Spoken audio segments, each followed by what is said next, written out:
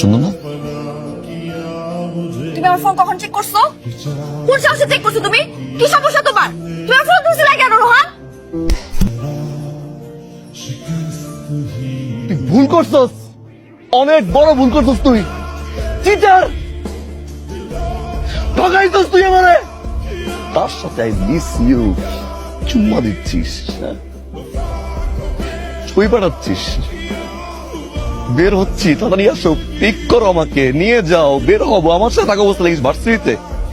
আজকের পর থেকে তুই আর কোনোদিন আমার সামনে আসবি না। I hate you, I hate you.